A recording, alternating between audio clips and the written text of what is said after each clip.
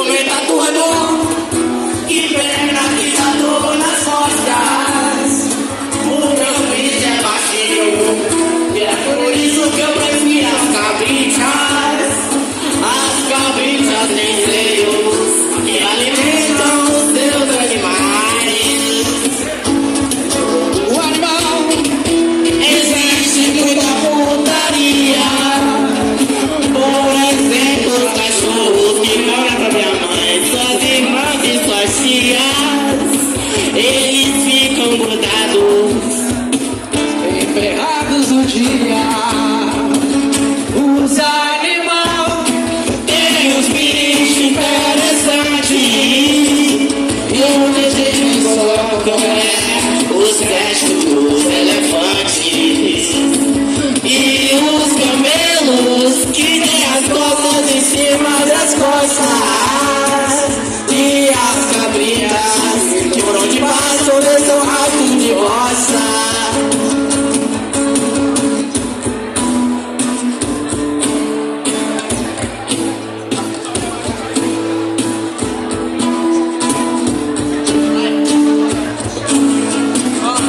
As pombas quando voam, por incrível que pareça, ficam sobrevoando com seu cu mirando nas nossas cabeças.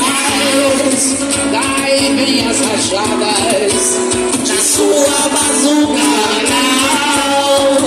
Já tem bomba com mira laser, o tiro sai sempre fatal. Totalmente vivo, as baleias no oceano, nadando com graça, fugindo da raça dos homens humanos. O homem é corno e cruel, mas a baleia ensina é cruel. Os animais têm uns bichos interessantes. Imagina só como é os restos dos elefantes e os camelos que tem a cola em cima das costas e as vaquinhas que por onde vai sobre o rastro de volta.